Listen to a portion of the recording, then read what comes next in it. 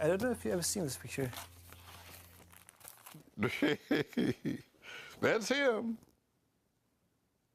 That's Rodriguez. I don't know when this was made. I have absolutely no idea. That's 1970, I think. Yeah. This is my man. Man, they'll get me emotional again. Shit. It made me emotional. I ain't getting emotional no more, but you're sitting here talking to you, man. If I had to name 10 artists that I've ever been involved with, Rodriguez would be in the top 5. Simple as that. There's nothing I've ever heard anything like him. People say, well, Bob Dylan, this. No. Bob Dylan was mild to this guy. Did it make any money? We judge singing here in America. If you say, was it the top 100? Was it numbered to get on the charts as number 12? There was a lot of radio play? The answer is no, man. Nobody didn't. Rodriguez? You know, that name didn't register. Although he looked like he was a white guy, but again, still Rodriguez. Everybody knew Rodriguez. That's a Spanish name, a Latin name. Latin music was not happening then. How many records do you think he sold in America? In America, 6. Maybe my wife bought them, maybe my daughter, boy, she couldn't buy them. Maybe Neil Bull got one, maybe Dennis and Mike. Look, man, you know, it didn't sell here. And there was some excitement about him. A couple of agents heard him and wanted to bring him to California. And you know, when he came to California, he was nervous and he turned his back to the audience and everybody said, well, what the hell is this? But the thing is that the guy sold hundreds of thousands of records in another country. Well, I'm going to South Africa to try to chase somebody selling records? Shit, no, man.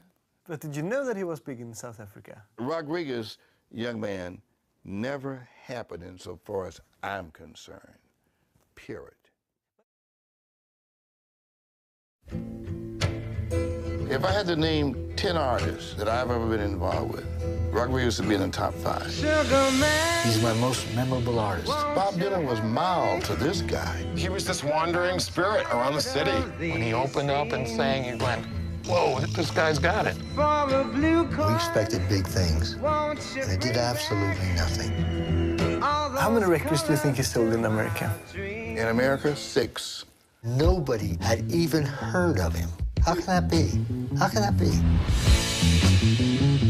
It's a bit of a mystery how the first copy of Cold Fact came to South Africa, but to us, it was one of the most famous records of all time. He was the soundtrack to our lives. Bigger than Elvis. Much bigger than Rolling Stones. Any revolution needs an anthem. The message it had was be anti-establishment. The first opposition to apartheid, they were influenced by Rodriguez. Nobody knew anything about him. He was a mystery. Then we found out that he had committed suicide. The story differs a lot, and a lot of people have different versions of the story. He set himself alight on stage. He reached down and pulled up a gun and pulled the trigger. I thought it'd make a good story, find out how Rodriguez died. So we started looking quite deeply at the lyrics. And one day, just by accident, I found it. What I thought was the end of story was actually just the beginning, and the best part was still to come. Said wanted, and have you seen this man? Matter of fact, I have seen him before. Sounds like something you would make up if you were bragging on some dream or something. It didn't work out, but don't ever doubt how. He's like a wise man, a prophet, way beyond just being a musical artist.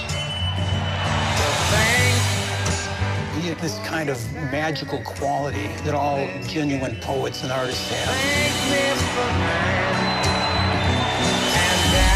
I think he's representative of the human spirit, of what's possible.